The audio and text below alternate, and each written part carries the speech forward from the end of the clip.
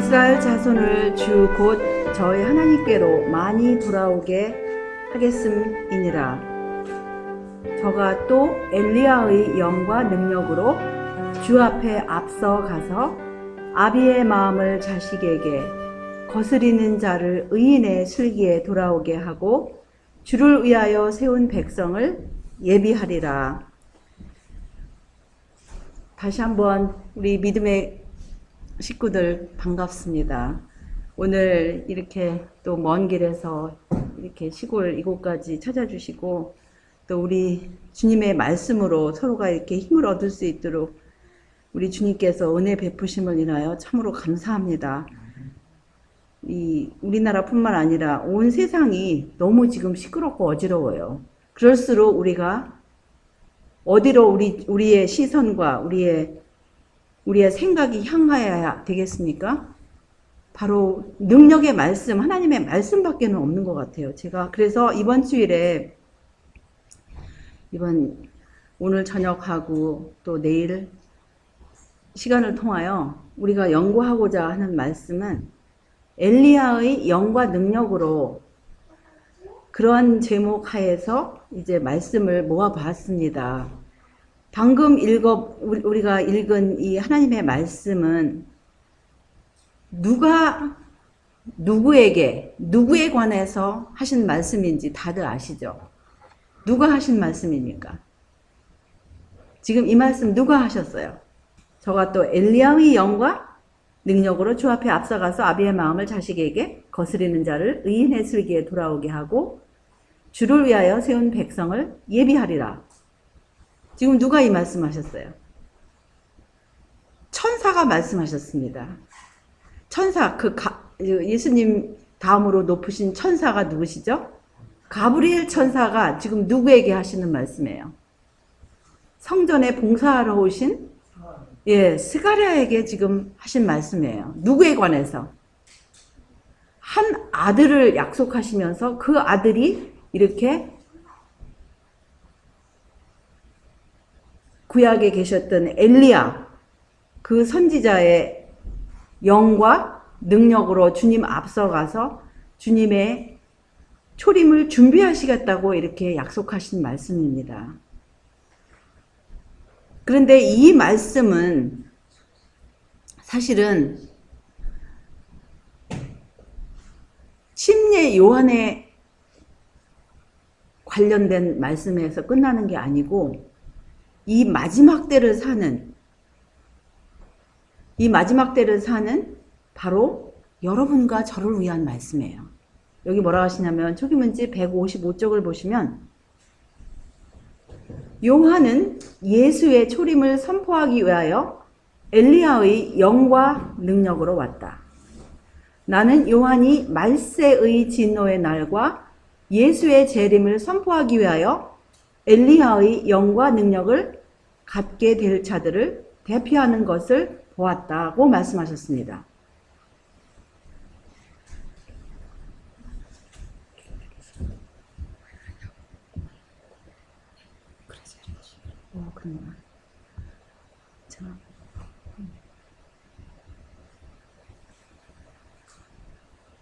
그래서 요한은 이 말세에 사는 바로 예수님의 재림을 선포하기 위해서 바로 엘리야가 가졌던 그 영과 또 그 능력을 갖게 될 자들을 대표하는 사람이라고 이렇게 말씀하시는 것입니다.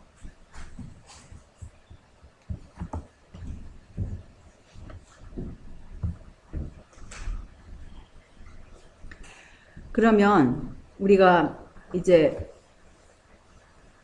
누가복음에서 몇 말씀을 더 보십시다. 보시면 이거 누가복음 1장 5절에요.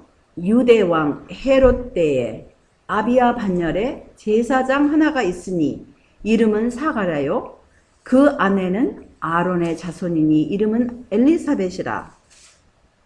이 두 사람이 하나님 앞에 의인이니 주의 모든 계명과 규례대로 흠이 없이 행하더라. 하나님 보시기에 요한의 아버지 사가랴와 어머니 엘리사벳은 의인이라고 이렇게 하셨어요. 하나님 앞에 의인이라고 하셨어요. 근데 그 같은 절에서 이유를 말씀하십니다. 왜 이분들이 의인이라고, 하나님 앞에 의인이라고 하셨을까요? 맞습니다. 주님의 모든 계명과 규례대로 흠없이 행하였기 때문에 사람 앞에가 아니고 하나님 앞에 의인이라고 하셨어요. 7절에 보시면 엘리사벳이 수태를 못함으로 저희가 무자하고 두 사람이 나이 많더라고 이렇게 말씀하십니다. 8절에 보시면 마침 사가랴가 그 반열의 차례대로 제사장의 직무를 하나님 앞에 행할세 제사장의 전례를 따라 제비를 뽑아 주의 성소에 들어가 분향하고 모든 백성은 그 분향하는 시간에 밖에서 기도하더니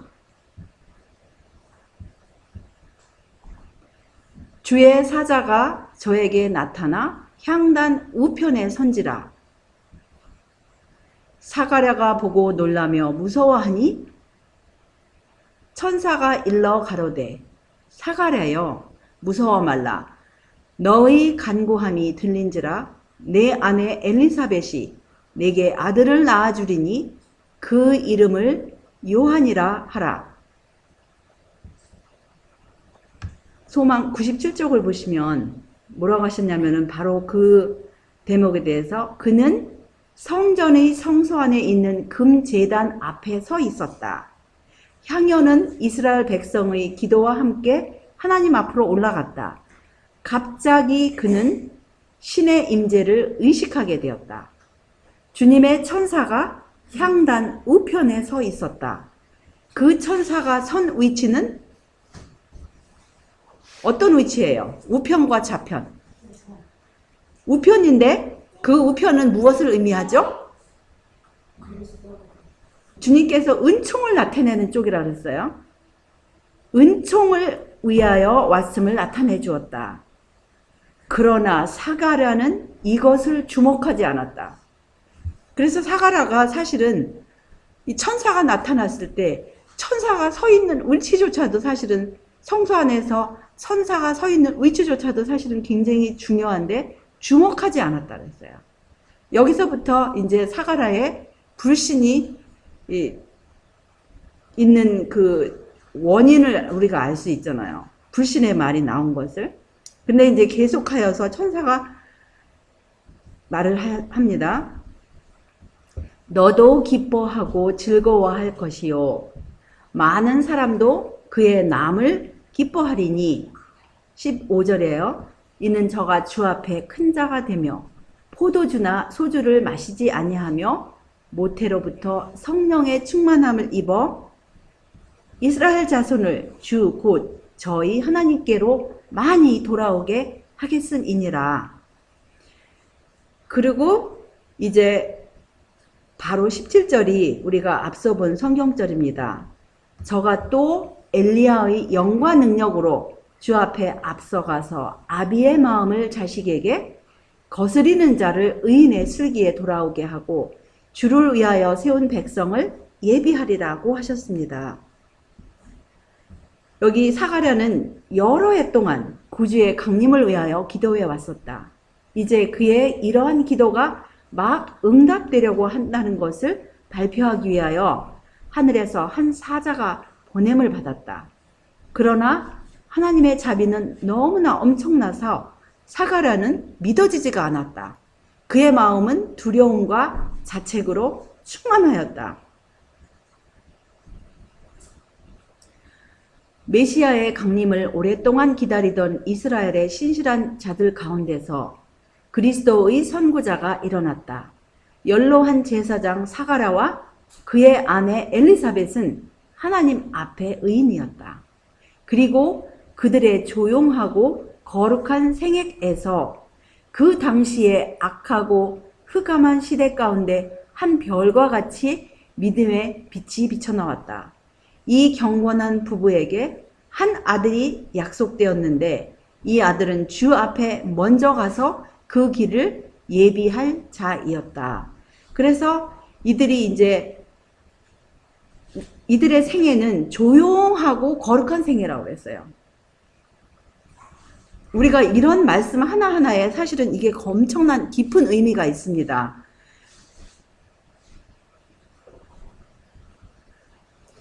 18절입니다. 누가복음. 사가랴가 천사에게 이르되 내가 이것을 어떻게 알리요? 내가 늙고 아내도 나이 많음이니이다. 천사가 대답하여 가로되 나는 하나님 앞에 섰는 가브리엘이라. 이 좋은 소식을 전하여 내게 말하라고 보내심을 입었노라. 보라, 이 일에 되는 날까지 네가 벙어리가 되어 능히 말을 못하리니 이는 내 말을 네가 믿지 아니함이거니와 때가 이르면 내 말이 이루리라고 이렇게 말씀하십니다. 여기에 대해서 소망 98쪽에 이렇게 말씀하세요. 사가랴는 아브라함이 약속하신 분께서 미쁘시다는 것을 믿었기 때문에 그의 노년에 어떻게 한 아들이 주어졌는지 잘 알고 있었다.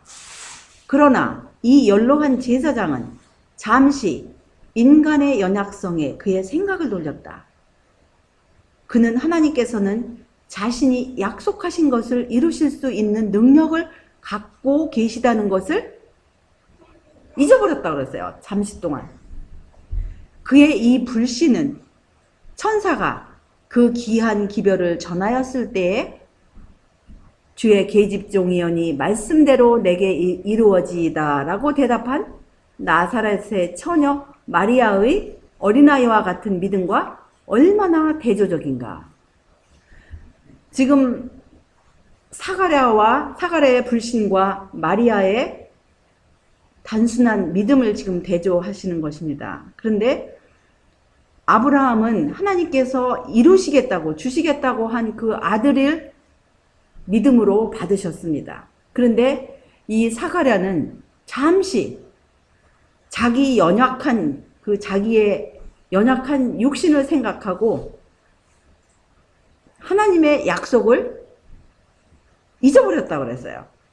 바로 이런 데서 우리의 앞서가신 분들의 실수를 우리가 이 마지막 때에 똑같은 장소를 지나갈 때 우리 보고 넘어지지 말라고 이런 말씀을 주신 거예요.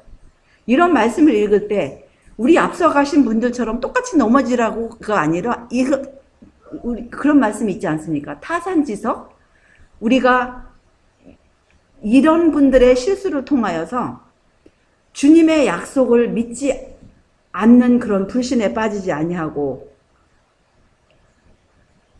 정말 단순한 믿음을 가졌던 마리아의 믿음처럼 또 아브라함의 믿음처럼 하나님께서 약속하신 것을 능히 이루실 수 있는 것을 우리는 잊지 맙시다. 아브라함과 마리아의 아들의 출생과 같이 사가랴에게 아들의 출생은 큰 영적 진리, 곧 우리가 느리게 배우고 쉽게 잊어버리는 진리를 가르치기 위한 것이었다. 우리 스스로는 아무런 선을 행할 수 없다. 그러나 우리가 할 수 없는 것도 순복하고 믿는 모든 영혼 속에서 하나님의 능력으로 말미암아 이루어질 것이다. 약속의 아들을 얻은 것은 믿음을 통하여 된 것이었다. 그와 같이 영적 생명을 낳게 하고 우리로 의로운 행실을 할 수 있는 능력을 얻게 되는 것도 믿음으로 말미암아 되는 것이다. 이렇게 말씀하셨어요. 그래서 우리 안에 우리가 다 육적 생명은 있지 않습니까? 그런데 죄로 인하여 우리의 시조가 하나님의 영에서 하나님의 생명에서 끊어진 상태였고 그 자녀들도 그렇게 되었는데 믿음을 통하여 다시금 우리는 그 영적 생명을 우리에게 넣어주실 수 있는 그 약속을 믿음으로 인해서 바로 영적 생명이 탄생할 수 있는 것입니다. 우리 안에.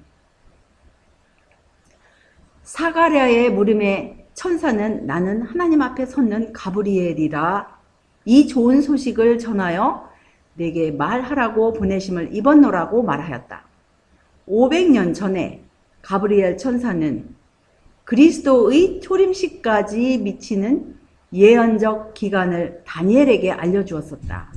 이 예언적 기간의 끝이 이르렀다는 것을 알고 사가랴는 메시아의 강림을 위하여 기도하였다. 이제 이 예언을 알려준 바로 그 천사가 또한 이 예언의 성취를 알려주기 위하여 왔다. 여기서 이 예언은 어디에 있는 예언입니까? 다니엘서 몇 장에? 다니엘서 9장 마지막 부분에 있는 예언적 그 기간이 끝이 이르는 것을 바로 가브리엘 천사가 다니엘에게 알려주었고, 바로 그 천사가 이제 사가랴에게 나타난 것이에요.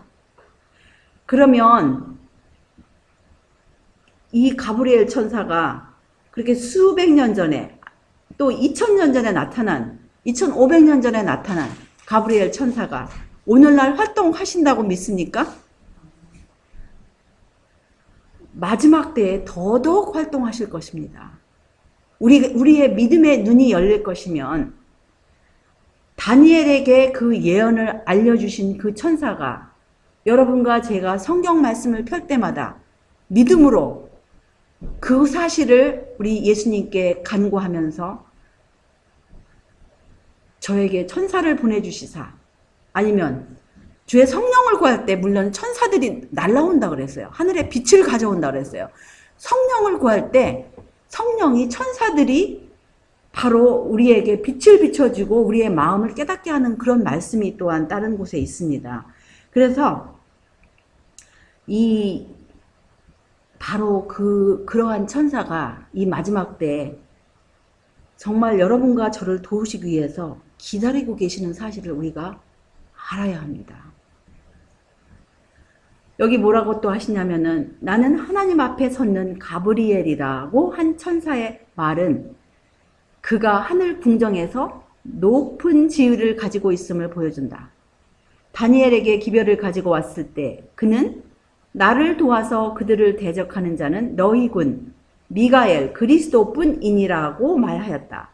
가브리엘에 대하여 구주께서 요한계시록에 그 천사를 그 종 요한에게 보내어 지시하신 것이라고 말씀하셨다.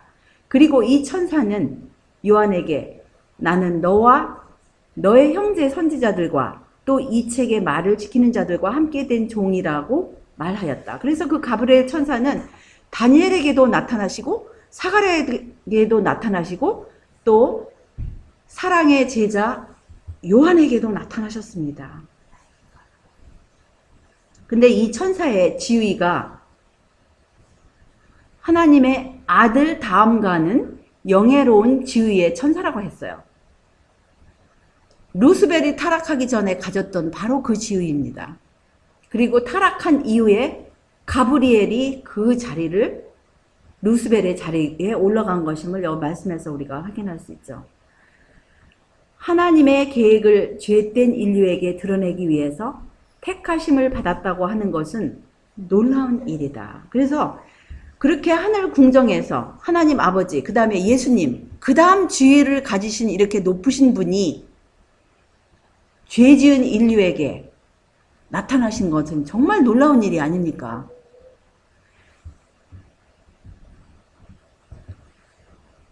사가랴는 천사의 말에 의심을 표시하였다. 그리하여 그는 천사의 말이 성취되기까지 말을 하지 못할 것이었다.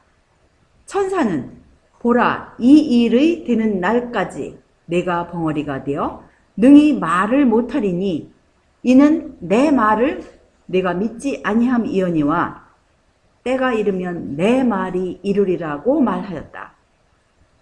이러한 예식을 집전할 때 일반 공중과 국민의 죄의 사유를 위하여 또한 메시아의 강림을 위하여 기도하는 일이 제사장의 직무였다, 의무였다. 그러나 이 일을 하려고 할 때 사가랴는 한마디의 말도 할 수가 없었다. 그래서 여기서 우리가 무엇을 배울 수 있습니까? 우리가 이제 앞전에서 본 것처럼 우리가 어떤 어려운 일이 닥쳤을 때, 또 불가능한 일처럼 그런 일이 우리 주위에 우리 생애에 생겼을 때 우리는 그런 불가능한 것 같이 보이는 그런 상황이나 또 우리 자신을 바라보지 아니하고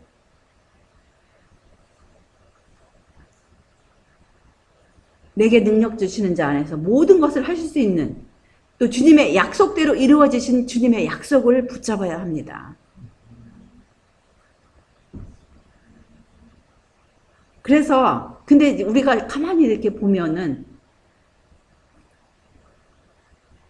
어떤 일이 생겼을 때 사람들은 주로 가만히 기다리고 하나님의 말씀처럼 잠잠히 기다리라고 하셨잖아요. 주님은 너는 잠잠히 참아 기다리라고 하셨어요. 시편에서. 그런데 주로 사람들은 먼저 말부터 해요.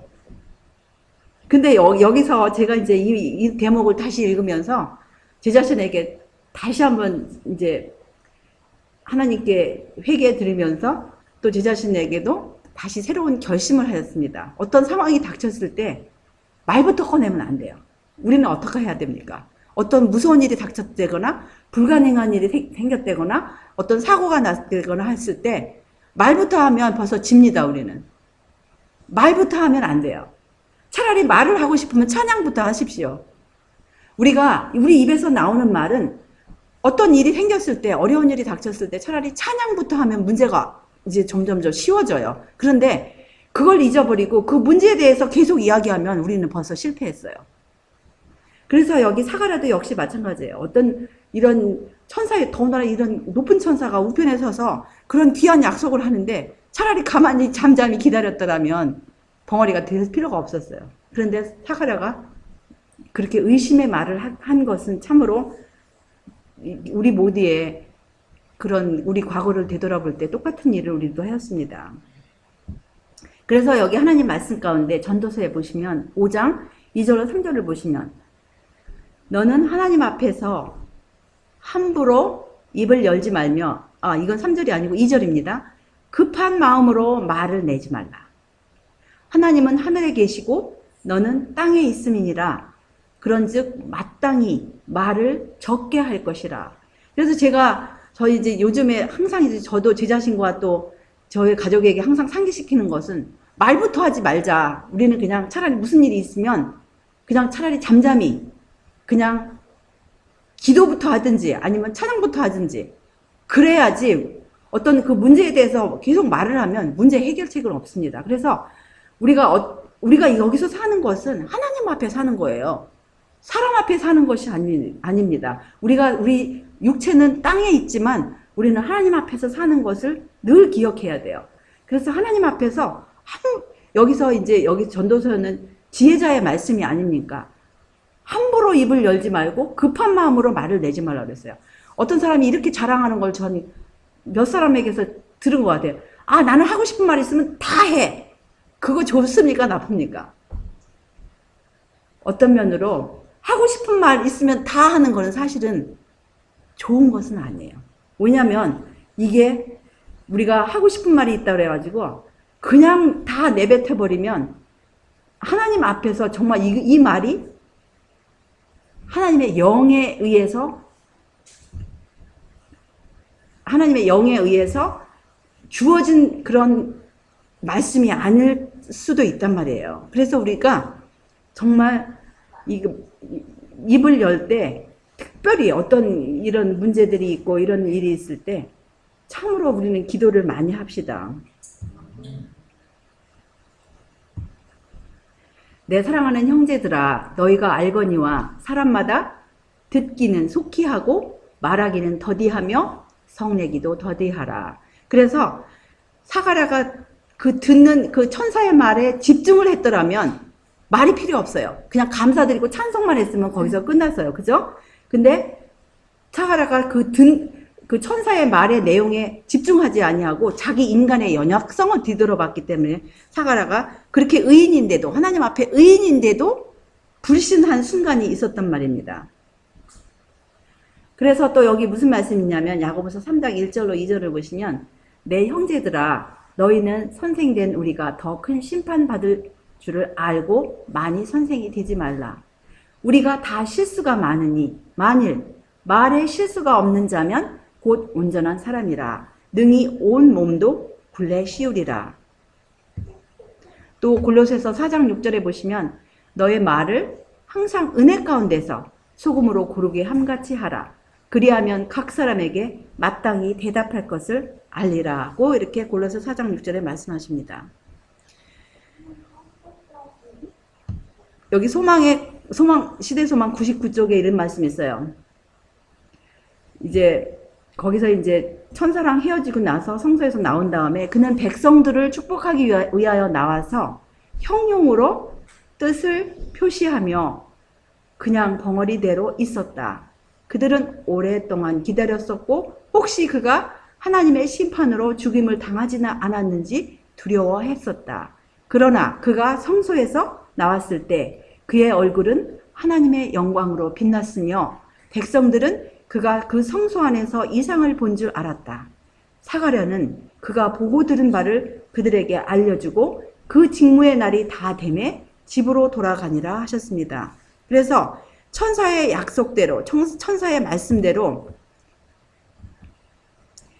여기 누가복음 1장 57절에 보시면 엘리사벳이 해산할 기한이 차서 아들을 낳으니 이웃과 친족이 주께서 저를 크게 긍휼히 여기심을 듣고 함께 즐거워하더라. 8일이 되매 아이를 할례하러 와서 그 부친의 이름을 따라 사가랴라 하고자 하더니 그 모친이 대답하여 가로되 아니라 요한이라 할 것이라 하매 저희가 가로되 내 친족 중에 이 이름으로 이름한 이가 없다 하고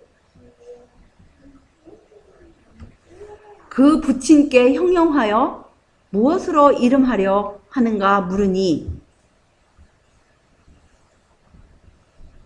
저가 서판을 달라 하여 그 이름은 요한이라 쓰매 다 기히 여기더라. 여기 정말 그 사가랴 제사장이 잘한 일이 있어요. 이름을 자기 이름에 따라서 짓지 아니하고 어디에 의가여 이름을 지었습니까? 천사의 지시를 기억을 하였습니다. 거의 그 10달 전에 천사가 이 말씀이 어디에 있어요? 누가복음 1장 13절에 약속을 하셨습니다. 그 이름을 요한이라고 하라고 천사가 부탁을 하셨어요. 부탁하신 그대로 이제 사가랴는 다행히 잊지 아니하고 천사의 말을 잊지 아니하고 요한이라고 썼어요. 그러면서 이제 64절에 보시면 저는 참 이 말씀을 보고 반가웠습니다. 요한이라고 쓴 것도 너무나 반가웠고 또 64절에 이에 그 입이 곧 열리고 혀가 풀리며 말을 하여 하나님을 찬송하니 아기가 낳자마자 입이 열리지 않았어요. 여러분 주목하십시오. 8일이 돼서 할례를 하러 가서 그냥 입이 열리지 않았습니다. 할례 받자마자 된 것도 아니고 이름을 요한이라고 인정하였을 때 천사의 말에 따라서 그 이름을 인정하였을 때 입이 열리고 혀가 풀렸어요. 놀랍지 않습니까? 그래서 우리가 하나님의 말씀에 의거하여 우리가 그 말씀의 약속에 따라서 우리가 말하고 행동하고 그대로 실천할 때 우리의 입술이 열리고 혀가 열려서 누구를 찬송합니까? 하나님을 찬송하게 돼요. 정말 우리의 혀가 열리고 입술이 열린다면 어떠한 상황에서도 우리가 하나님을 찬송해야 되는데 그동안 우리가 그렇게 살지 않은 것을 회개를 합시다. 정말 우리가 정말 우리 과거를 되돌아볼 때 하나님을 찬송하지 아니하고 어려운 일이 있으면 그 어려운 일에 대해서 너무 집중하고 또 어두운 일에 집중하고 이러한 것들 정말 우리가 또 제 자신을 돌아보면서 저도 역시 회개를 하였습니다. 그래서 우리의 입이 열리면 하나님을 찬송을 해야 돼요. 약속되었던 아들이 출생하자 곧 아버지의 혀가 풀리며 말을 하여 하나님을 찬송하니 그 근처에 사는 자가 다 두려워하고 이 모든 말이 온 유대 산중에 두루 퍼짐에 듣는 사람이 다 이 말을 마음에 두며 가로되 이 아이가 장차 어찌 될꼬 하였다. 이 모든 일은 요한이 그 길을 예비하게 되어 있었던 메시아의 강림에 관심을 불러일으키는데 이바지했다고 이렇게 말씀하십니다.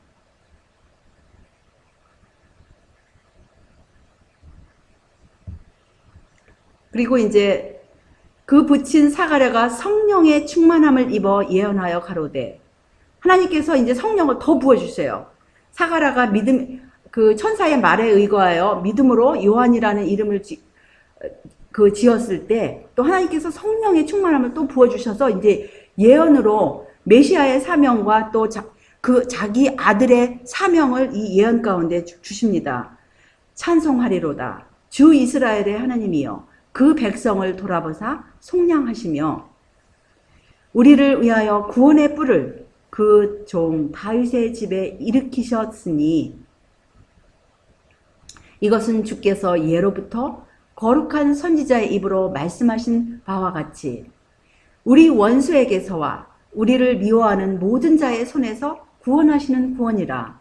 우리 조상을 긍휼히 여기시며 그 거룩한 언약을 기억하셨으니 곧 우리 조상 아브라함에게 맹세하신 맹세라. 우리로 원수의 손에서 건지심을 입고 종신토록 주의 앞에서 성결과 의로 두려움이 없이 섬기게 하리라 하셨도다.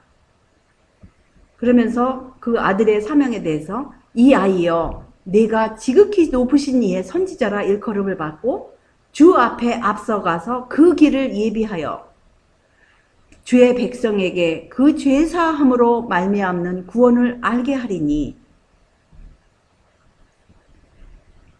이는 우리 하나님의 긍휼을 인함이라. 이로써 돋는 해가 위로부터 우리에게 임하여 어둠과 죽음의 그늘에 앉은 자에게 비치고 우리의 발을 평강의 길로 인도하시리로다 하니라. 그러면서 아이가 자라며 심령이 강하여지며 이스라엘에게 나타나는 날까지 빈 들에 있으니라. 그래서 사실은 이스라엘에게 나타난 날까지 빈 들에 수십 년 동안 있었습니다. 그런데 그에 대해서 뭐라고 하시냐면은 하나님께서는 일찍이 인간에게 맡기신 사업 중 가장 위대한 사업을 하도록 사가랴의 아들을 부르셨다고 했어요. 인간에게 맡기신 사업 중 가장 위대한 사업이라고 했어요. 하나님의 독생자가 이 땅에 오신 그 길을 예비하는 사업은 하나님 보시기에 인간이 하는 일들이 많이 있습니다. 그런데 그 사업 중에서 가장 위대한 사업이라고 그랬어요. 그런데 초림을 준비하신 엘리야의 영과 능력으로 그 초림을 준비하신 침례 요한의 그 일을 이 마지막 때 주님의 재림을 위하여 그 길을 예비할 마지막 엘리야의 사업이 바로 이 사업입니다. 가장 위대한 사업. 그래서 우리가 이 말씀 하나하나를 보면서 하나님께서 어떻게 주님의 백성들을 준비하고 계시는가, 그 과정을 우리는 자세히 살펴볼 필요성이 있는 거예요. 왜냐하면 우리가 어떤 경주를 할 때 그 경주에서 승리를 하기 위해서는 여러 그런 구비구비 과정들이 있습니다. 그것을 무시하고 무조건 우리는 그 마지막 주자가 될 수가 없어요. 그래서 우리가 이런 말씀들을 이렇게 자세히 살펴볼 필요성이 있는 것입니다. 요한은 여호와의 사자로서 나가서 사람들에게 하나님의 빛을 가져다 줄 것이었다. 그는 사람들의 사상에 새 방향을 제시해야 했다. 그는 그들에게 하나님의 계명의 신성성을 인식시키고 하나님의 완전한 의의 필요성을 느끼도록 했다. 이 말씀이 어디에 있습니까? 마지막 쇠천사의 기별 가운데 바로 계시록 14장 몇 절이에요? 12절이에요. 하나님의 계명과 예수 믿음, 바로 그 말씀, 그것을 마지막 엘리야들이 전파할 그 내용을 초림을 위해서 역시 침례 요한도 전파한 것을 우리가 볼 수 있는 거예요.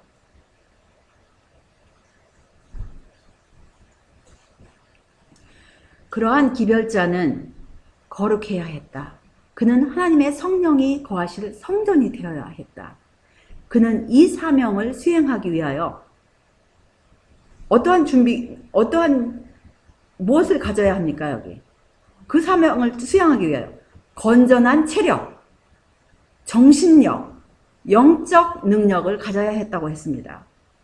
그러므로 그는 무엇을 지배해야 돼요? 식욕과 정욕을 지배할 필요가 있었다고 했어요. 그는 광야의 바위나 산들처럼 주위 환경의 지배를 받지 아니하고 사람들 가운데 설 수 있도록 자기의 모든 능력들을 지배할 수 있어야 했다고 이렇게 말씀하십니다. 우리가 이렇게 산들에 살다 보면 이 높은 산들, 큰 바위들, 주위 환경에 지배를 받지 않습니다. 이 산들이 아무리 폭풍이 몰아친다 한들 그 자리에 우뚝 서 있습니다. 아무리 더워도, 아무리 비가 와도 그 자리에 그대로 서 있습니다. 마찬가지로 이 마지막 때 주님의 재림을 위해서 준비해야 할 백성들의 우리가 어떻게 준비해야 할지를 여기서 지금 가르쳐주고 계시는 거예요. 우리의 체력이나 우리의 정신력이나 우리의 영적 능력을 감소시키는 것들은 우리가 다 차단해야 돼요. 체력, 정신력, 영적 능력을 우리가 기르기 위해서 하나님께서 보여주신 대로 우리는 순종할 필요가 있는 것입니다. 그리고 우리의 육체, 우리의 마음, 이것이 완전히 하나님의 뜻에 굴복됨으로 가장 그야말로 튼튼한 몸과 마음을 사실은 가져야 해요. 하나님의 백성들, 특별히 이 마지막 주자들, 이 쇠천사 식구들은 사실 어느 누구보다도 가장 건강한 사람들이어야 돼요. 침례 요한의 시대에는 재물에 대한 탐욕과 사치와 과시에 대한 사랑이 널리 퍼져 있었다. 관능적인 쾌락, 먹고 마시는 잔치가 육체의 질병과 쇠퇴를 일으키고 영적 지각을 흐리게 하고 죄에 대한 감각을 무디게 만들었다. 바로 이 시대가 같지 않습니까? 침례 요한의 시대나 예수님 초림의 시대나 오늘날 우리 시대나 뭐가 틀려요? 똑같아요. 그 당시에 그 로마 제국이 흥청망청 살았던 그 로마 제국의 그 시대의 모든 관능적인 그러한 예술들, 그러한 사회 풍조들, 그런 모든 것들이 우리 육체의 질병을 일으키고 우리 육체를 쇠퇴하고, 그래서 그 당시에 로마 시대에 있던 모든 질병들이 오늘날도 다 있대잖아요. 그대로. 그래서 그런 것들은 너무 이렇게 흥청망청하고 그런 쾌락들, 너무 많이 먹고 마시고 이런 모든 것들이 영적 지각을 흐리게 한다는 거예요. 그 다음에 죄가 죄인지를 모르고 우리의 감각을 무디게 만드는 거라고 이렇게 말씀하시는 것입니다. 그런데 요한은 그 당시에 그런 사치와는 관계가 없는 사람이었어요. 그는 개혁자로 설 것이라고 했었어요. 그는 그의 절제의 생애와 검소한 의복으로 그 시대의 부절제를 책망해야 했다. 그런 까닭에 요한의 부모에게 지시들, 곧 하늘 보호자로부터 보냄을 받은 천사를 통하여 절제에 대한 교훈이 주어졌다. 로마 시대의 그런 생활 풍조는 부절제라고 했어요. 그런데 오늘날보다 더 부절제한 시대가 있었겠어요? 오늘날 시대나 그 시대나 노아 시대나 부절제와 폭식과 폭음과 이런 모든 것들이 만연한 이 시대에 우리는 개혁자로 서야 된다는 것이에요. 여기 개혁자. 그 시대의 풍조에 따라가면 안 돼요. 우리 시대의 이 풍조에 흥청망청하고 자기 멋대로 살고 마음대로 살고 부절제하는 이 시대에서 우리는 개혁자로 서야 돼요. 그럼 개혁자로 누구 앞에 서야 됩니까? 가장 가까운 사람 앞에, 우리 친척들 앞에, 우리 친구들 앞에, 우리 가족들 앞에, 우리 가까이 사는 이웃 앞에 우리는 개혁자로 서야 돼요.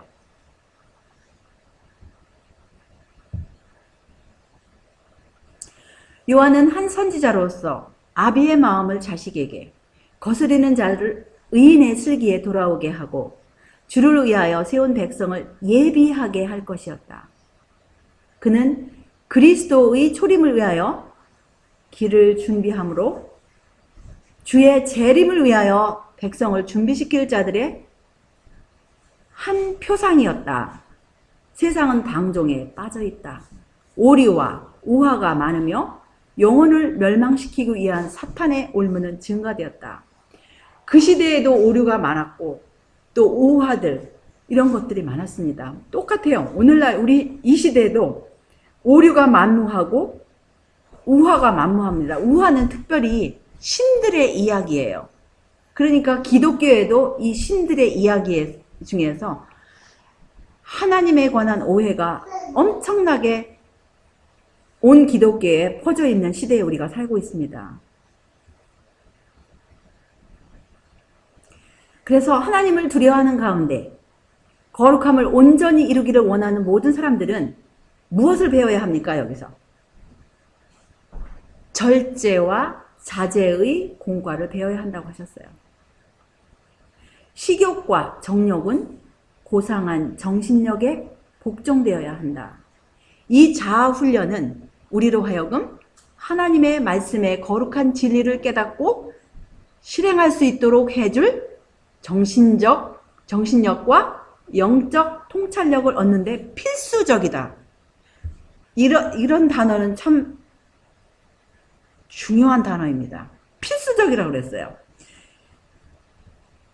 절제와 자제, 이거 분명히 우리가 배워야 되고, 그 다음에 자아훈련, 이거 배워야 되고, 왜냐하면 이것을 배우지 않으면 거룩한 진리를 깨닫고 실천할 수 있는 정신력과 영적 통찰력이 부족하다는 거예요.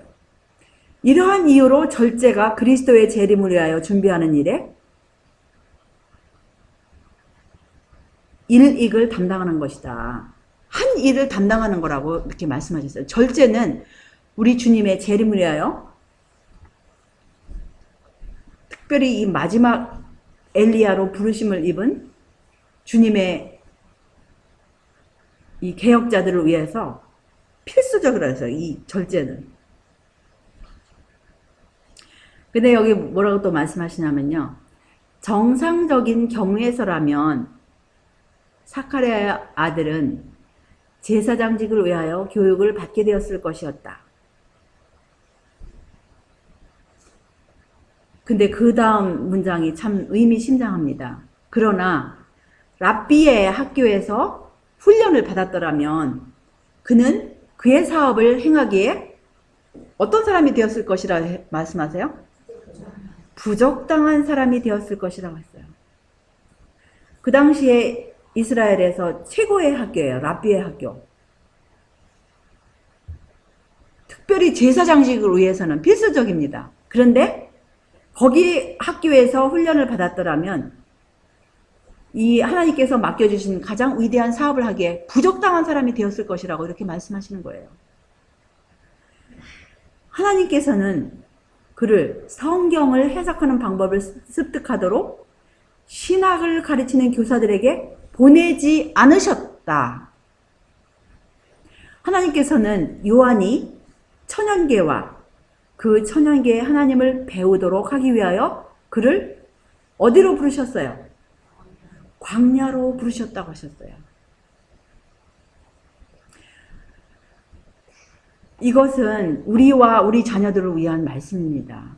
우리가 어떤 하나님의 말씀을 공부하기 위해서 이 신학을 공부하신 박사들에게서만 배우고 또 소위 어떤 이런 기관에서 그런 것이 아니고 우리 스스로가 하나님 앞에 마음을 비우고 하나님의 참 진리를 깨닫기를 정말 하나님께 구하신다면 하나님께서 그분의 영으로 우리를 모든 진리 가운데로 인도하신다고 분명히 약속하시지 않으셨습니까?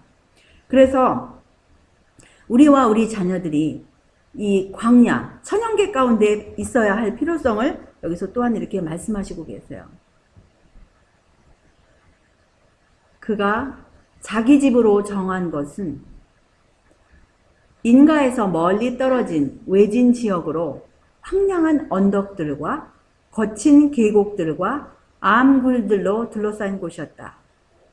그러나 그가 광야에서 엄격한 수양을 받기 위하여 세상의 향락과 사치를 버리기로 한 것은 그의 선택이었다. 거기 번역상 조금 이상하더라고요. 그래서 그걸 직역을 하였습니다.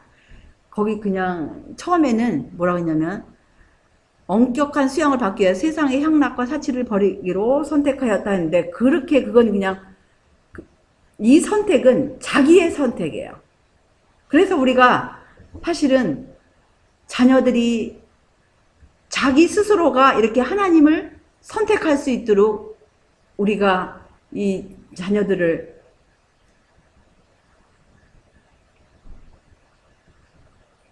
교육하는 것은 너무나 중요해요.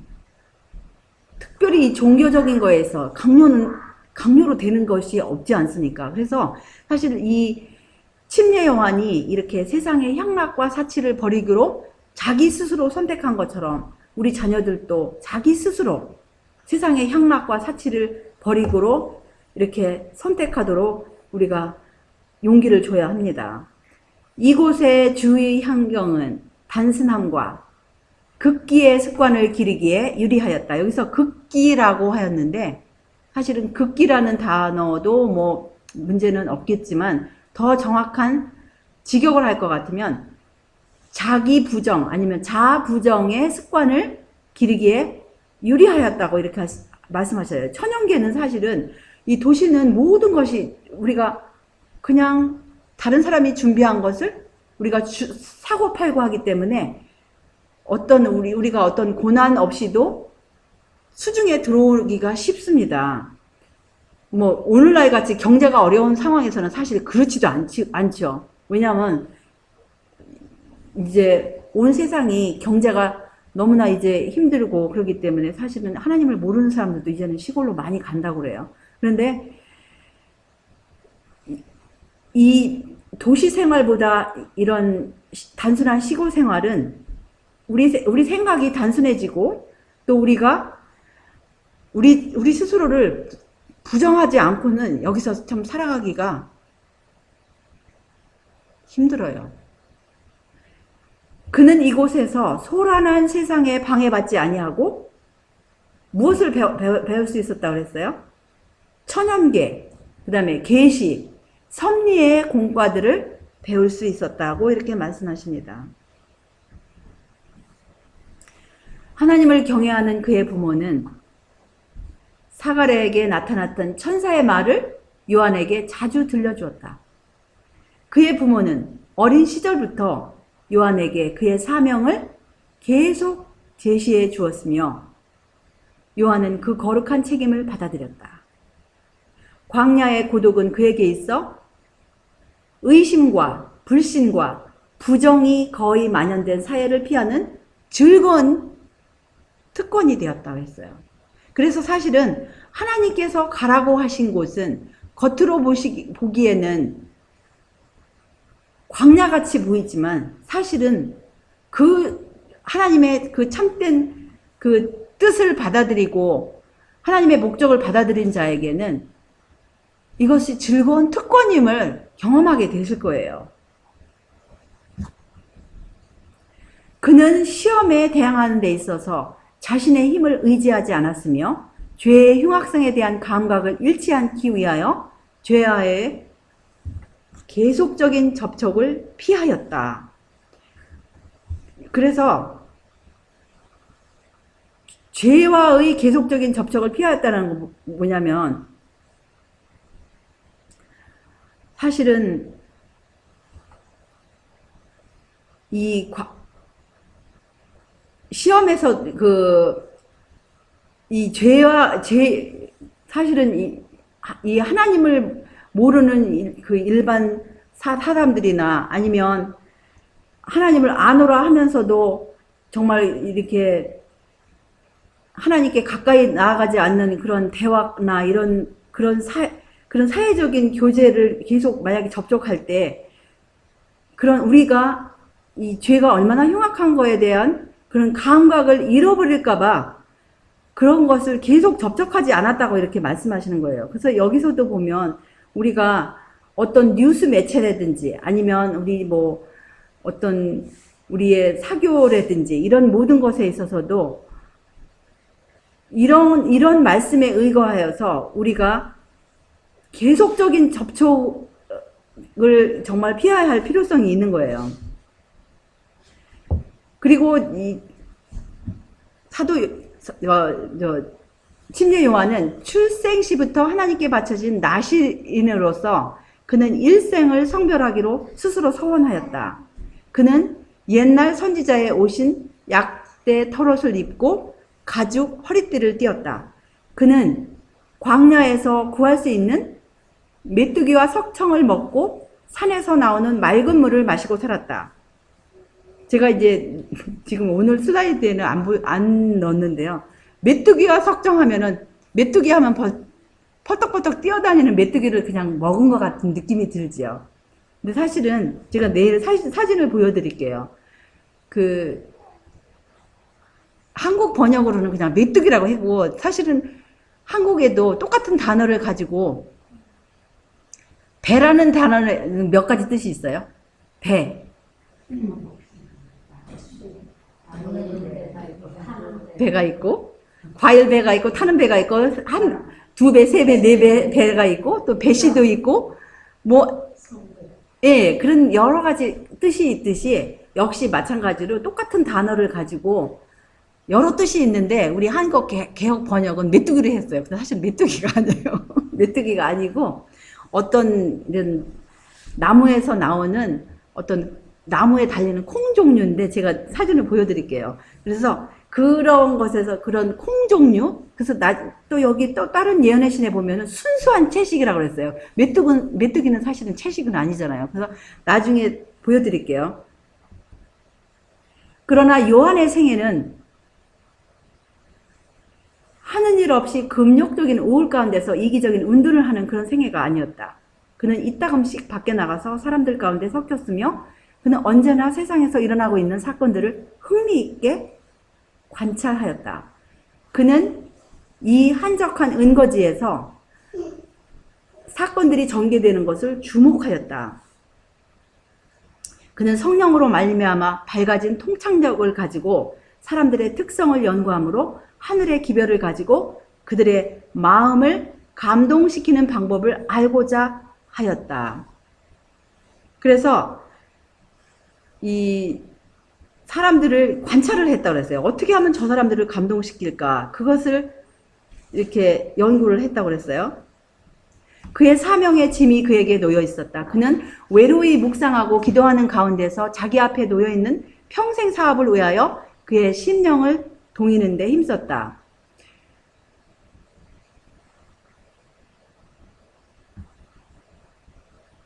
그래서 이 말씀과 같이 요한은 예수의 초림을 선포하기 위하여 엘리야의 영과 능력으로 왔다. 나는 요한이 말세의 진노의 날과 예수의 재림을 선포하기 위하여 엘리야의 영과 능력을 갖게 될 자들을 대표하는 것을 보았다고 이렇게 말씀하신 것처럼 우리가 계속하여서 이 엘리야의 영과 능력으로 그 일하신 침례 요한의 생애를 이제 계속하여 이제 아침에도 이제 연구를 하십시다. 그래서 우리가 이 말씀을 보시면 그러므로 이스라엘아 내가 이와 같이 내게 행하리라.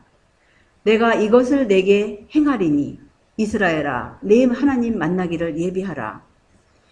그리고 또 뭐라고 하셨냐면 아모스 5장 4절에 보시면 여호와께서 이스라엘 족속에게 이르시기를 너희는 나를 찾으라 그리하면 살리라 이렇게 말씀하셨습니다. 그래서 우리가 정말 이번 주말에 주님을 찾고 우리가 간절히 이렇게 주님께 나와서 엘리야에게 주신 그 영, 침례 요한에게 주신 그 영을 우리에게도 부어주실 때 우리가 놓치지 아니하고 우리 마음 가운데 충만히 받으시고 정말 우리 곧 오시는 우리 주님 예수님 만나기를 준비하는 그러한 귀한 시간들이 되시기를 바라면서 오늘 저녁 여기서 이제 접겠습니다.